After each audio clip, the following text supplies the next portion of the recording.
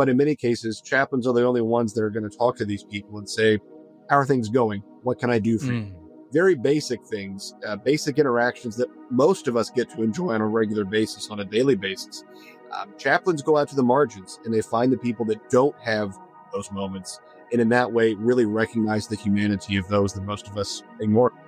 In launching the Chaplaincy Innovation Lab in 2018, what we aimed to do was gather chaplains as well as social scientists and theological educators to think about all of the ways, the more traditional or legacy ways, and the newer, more creative or innovative ways that this work is happening.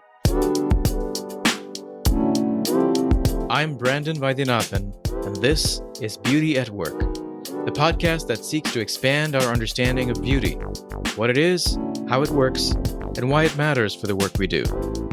This season of the podcast is sponsored by Templeton Religion Trust and is focused on the beauty and burdens of innovation. What role do chaplains or spiritual care providers play in our lives and institutions today?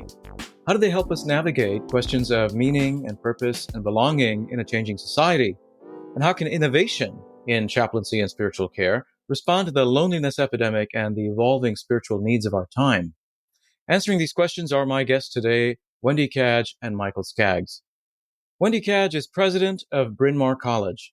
She's a nationally renowned sociologist of religion and spirituality and founder of the Chaplaincy Innovation Lab, which brings together chaplains, educators, and social scientists into conversation around the work of spiritual care. She has published widely on religion in public institutions, religious diversity, and spiritual care.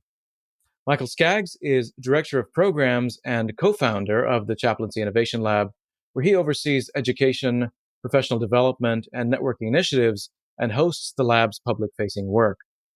Trained as a historian of American religion at the University of Notre Dame, Michael has written on interfaith dialogue, maritime ministry, and American Catholicism.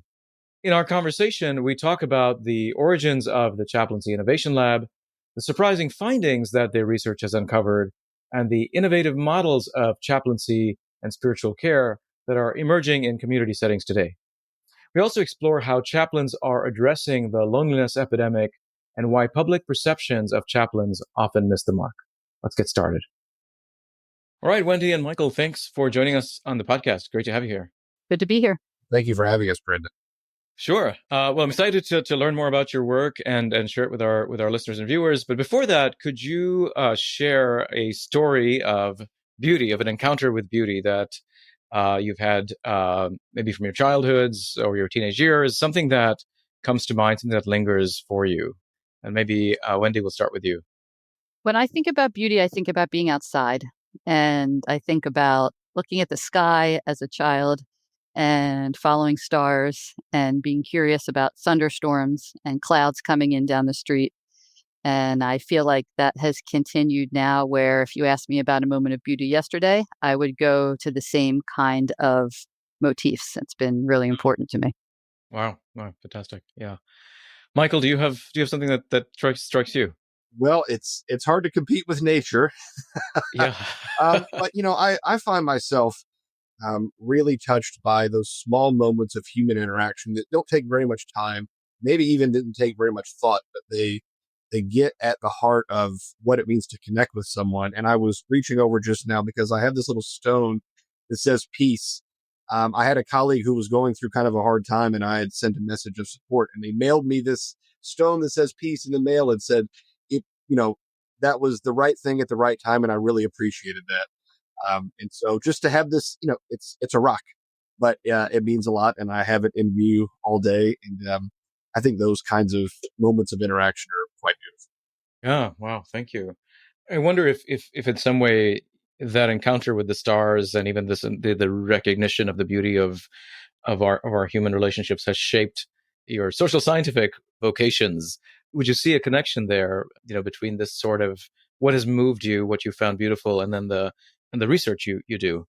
I don't want to speak for Michael, but I think for me, an awareness of that which is ineffable and that which is most meaningful to me, to us, to people in general, has certainly shaped the kinds of questions I've asked as a scholar and the ways that I have worked, thankfully, with Michael to try to apply that in the world. both in the classroom, but I think we're going to talk today mostly about the Chaplaincy Innovation Lab. So in the work that others do to support those very questions in the day-to-day. I'm a historian by training. I'm used to digging around in dusty archives, and I always love those little moments of awe when you come across something very vulnerable in correspondence, or a difficult decision that had to be taken, or some tragedy that somebody made note of, or whatever. These are things that most people will never see, and I feel sort of honored that I am able to come across these things. In a lot of ways, that has shaped my outlook and work as a historian, in that it's those kinds of very human things that interest me. I'm not quite so concerned with large movements, impersonal institutions, but Mm. the day-to-day lives of real people, I like to think of it, is what has really shaped my academic outlook. Oh, wonderful. Yeah, thank you. Well, let's talk about the research you all have been doing with the Chaplaincy Innovation Lab. That's really such a remarkable entity, and I'd love to hear a little bit about the origins, what generated this project, and perhaps Wendy, could you say a little bit about why chaplains and who are chaplains for our listeners and viewers who are not familiar? Who are chaplains, and what does innovation mean in this domain? So we think about chaplains and spiritual care providers as religious professionals that work outside of institutions to support people in questions around meaning and purpose. And I came to learn about chaplaincy through a research project about spirituality and religion in hospitals. And I learned about the work of hospital chaplains. And I knew while I was doing that there were chaplains in many other settings, in universities and airports and ports and businesses. And it was those questions that actually is how I met Michael. And I think a lot of the birth of the Chaplaincy Innovation Lab emerges very much from the questions that you were asking about seeing the unseen and seeing in that ways to support. Because Michael and I actually met through unrelated work about port chaplaincy that Mm. most people have never heard of. And the work that port chaplains do, Michael can say better than I, is with those that many of us never see. There's such an element here of chaplains being some of the only, and in some cases, the only people that are able to witness and see the basic human dignity of many people who are experiencing really difficult circumstances. And that could be someone who is alone in a healthcare institution. It can be people that are working in shipping, like Wendy mentioned, which Mm. almost none of us ever think about. And it can be people like, you will see those who are unhoused, on your drive to work, and you might physically see them and think, well, that's a shame. But in many cases, chaplains are the only ones that are going to talk to these people and say, how are things going? What can I do for you? Mm. Very basic things, basic interactions that most of us get to enjoy on a regular basis, on a daily basis. Chaplains go out to the margins and they find the people that don't have those moments. And in that way, really recognize the humanity of those that most of us ignore. Wow. And the innovation piece, I think, came because the research that I had done, the work that Michael was doing with port chaplaincy, there's a traditional, perhaps legacy model of chaplains in the military and healthcare. There are also a lot of people doing this work today in creative and unusual places. And Mm. in launching the Chaplaincy Innovation Lab in 2018, what we aimed to do was gather chaplains as well as social scientists and theological educators to think about all of the ways, the more traditional or legacy ways, and the newer, more creative or innovative ways that this work is happening. And we picked the Chaplaincy Innovation Lab title with our colleague Trace Haythorne because we wanted to signal the breadth of our scope and the creativity, or part of what we wanted to ask which was about where is spiritual care today? Where could it be? Where is it emerging? What's happening that's creative, new, different? What are the models, including the business models that could or will support this work, which is really about religious leadership going forward? Great, great, thank you. Well, tell us, what have you learned in your work, and maybe what surprised you about either the nature of the work the chaplains are doing, or about the kinds of innovations that are happening. What's new and emerging that you found? I think when we started, we didn't know all the places that chaplains were or are. Mm. And Mm. some weeks, every week, you learn about something new. So the breadth of the work, I think, continues to surprise. Both the similarities and the differences across all of those who do the work. This is not a a clean, cut and dry field. It has very blurry boundaries. And that's a strength and a weakness, and some days a surprise. Michael, what would you say? It is a strength and a weakness. And in some sense, I think when we launched the lab, I had this thought process of how are we going to make sense of all of this, because it is so messy and tangled, and how are we going to make sense of this? And a few months in, I thought, well, that's the wrong question, because we can't make sense. There are people who are calling themselves chaplains doing this kind of work in many, many, many different ways. Some of them are highly credentialed in classroom education and clinical education. Other people, this is their second or third career. Other people, they are doing this in their free time. There are many paths to this kind of work. There are many people who are able to do this kind of work, and a lot of folks who need this kind of work. And so what I really love about the lab is our ability to welcome all of those people and say, we don't have a lot of expectation of what you must be to be a chaplain. You need to be a basically decent human being and treat others with the same dignity. And if that's what spiritual care means to you, then that's great.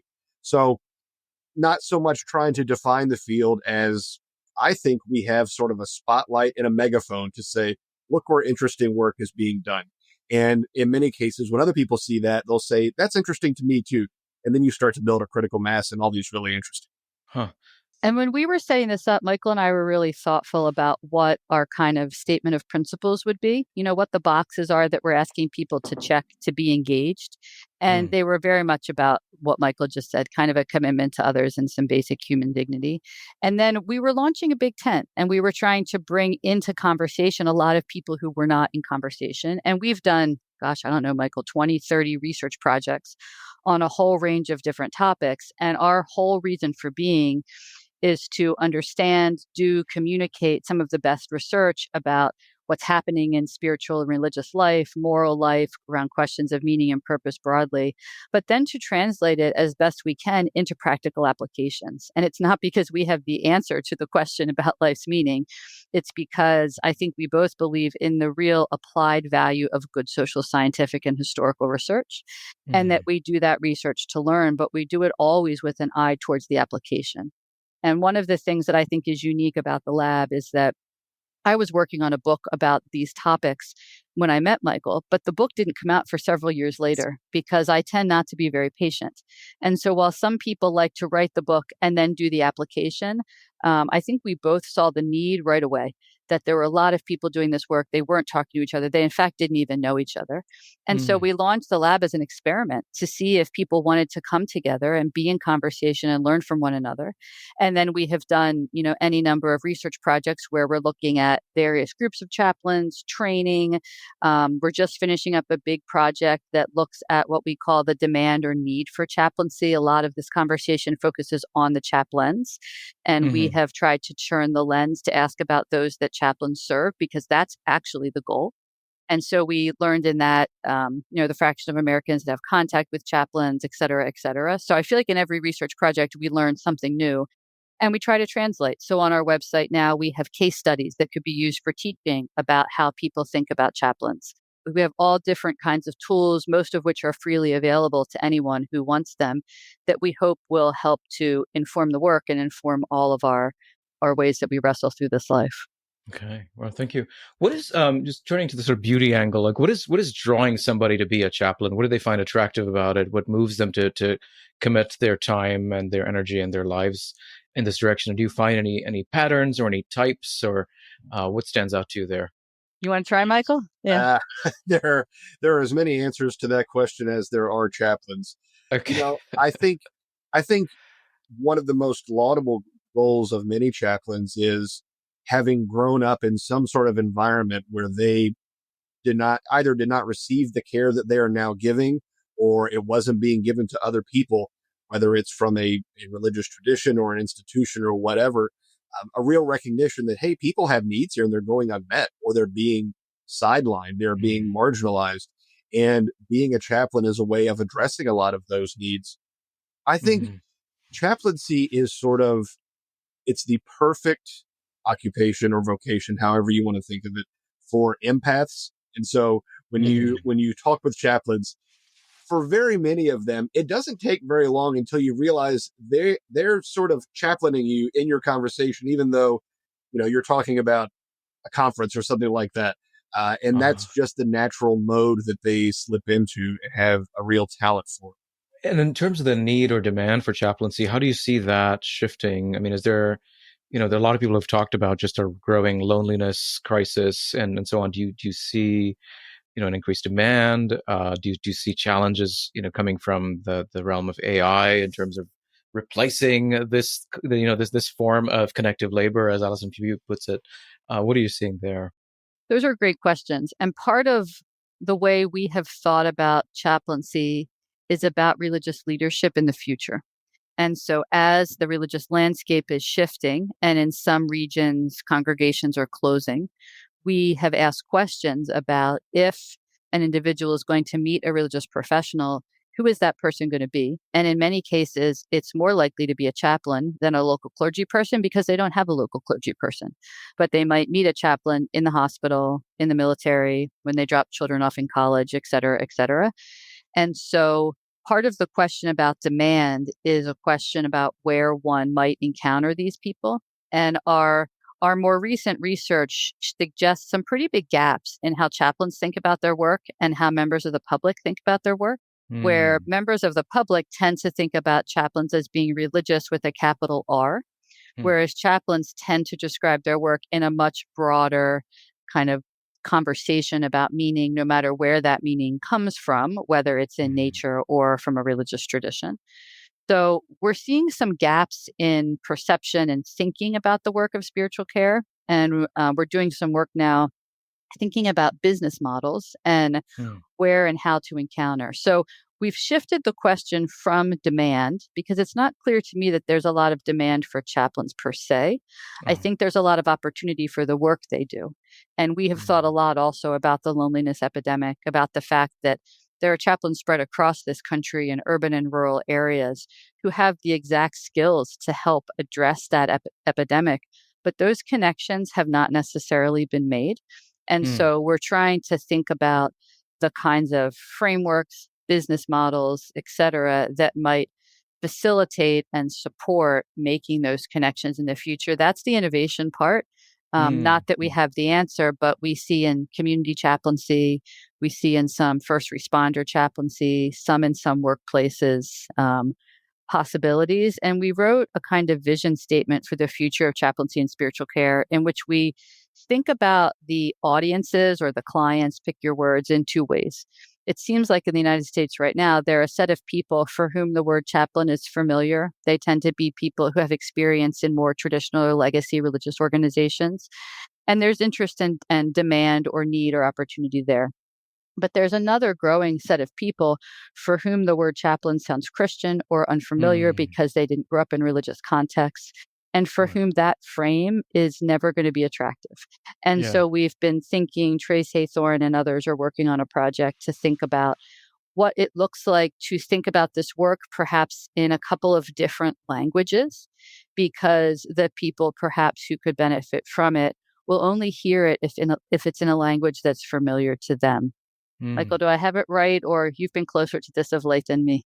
Well, I think that is absolutely correct. There's also a line of reasoning that one can follow. It's very superficial, but the line of reasoning goes like, well, if rates of formal religious affiliation are cratering, what need is there for chaplaincy? Because people have determined they don't need religion. Therefore, why would they need a religious person anywhere in their lives?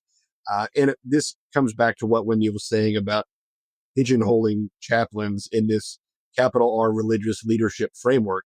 One of the few things that the lab says without hesitation and very strongly is that religion is not spirituality automatically.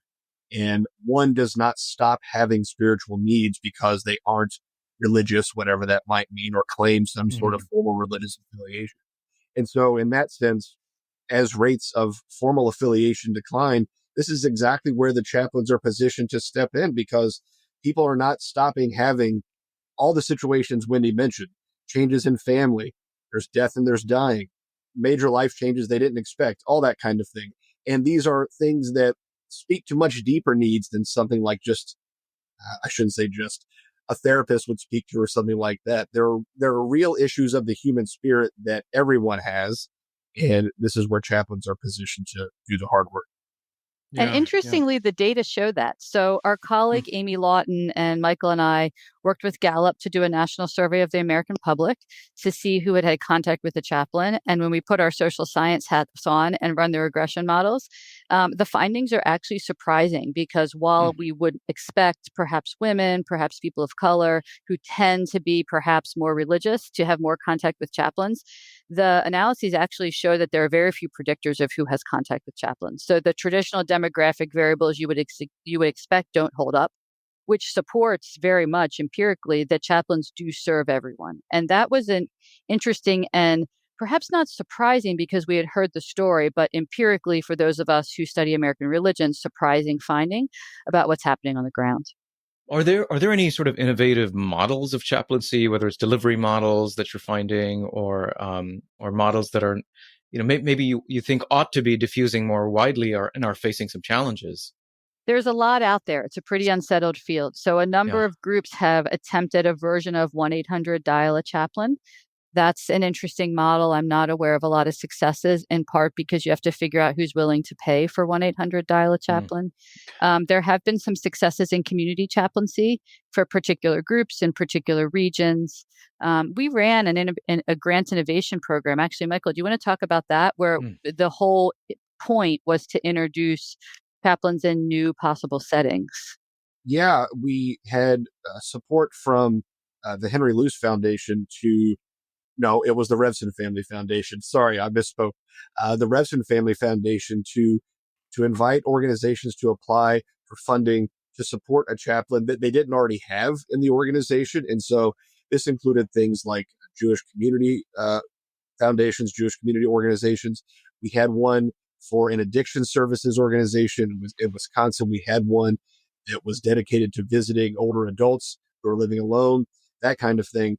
And on the surface, that seems very old school, right? You have these Mm. institutions that have existed for a long time that are already connecting with people, but to simply embed a chaplain in that work and have chaplains available to come alongside the people that those organizations were already serving, it really brought to light the fact that there is a spiritual component to all of these things that people Mm. are experiencing. And so having someone there who is able to address some of those issues, it's good on its own on the surface, and it cuts out a couple of steps that people are going to have to make to go find that kind of assistance somewhere else. And so doing something as simple as making sure an institution can put a chaplain where the people already are is enormously effective. Mm-hmm. Where are you seeing areas of resistance, perhaps? I mean, so for instance, are hospitals, generally cognizant of the value of chaplains for the therapeutic mission of the health institution, or even with companies? Like, are there domains where you're seeing maybe that there is a need, but there's some sort of obstacle where it's not seen as legitimate, perhaps? I think the answer to that turns a lot on how much people identify chaplains with historically Christian religious leaders. Uh-huh. And here's why I say Yeah. that. That can go either way. So there are plenty of companies in the country that either contract out for chaplains or hire chaplains specifically to come in and be Christian religious leaders, to do Bible study, to primarily offer prayer for employees who are struggling or whatever the case may be. They have chosen to do that. On the flip side, there are many companies, and this gets back to where is this happening? So we're talking about the corporate sphere. Many companies who believe that chaplains are primarily Christian religious leaders and say, there's no way you're ever going to cross our threshold because that's not appropriate. That's not what our employees need. And of course, the counter to that is, well, that's not what every chaplain does. And your employees don't leave their spiritual needs at the door when they clock in, right? They're going to keep thinking about the parent who's dying or the child who's in trouble or whatever. So really, the matter of perception of the chaplain is kind of the overriding part, and then how that plays out in institutions varies from place to place. All right, everyone, that is a great place to stop the first half of our conversation. Join us next time as Wendy and Michael help us think about the future, what they call the spiritual infrastructure, that we will need for the next generation, as well as the burdens that chaplains face as they try to innovate, and what role technology, including AI, may play in supporting or hindering spiritual care.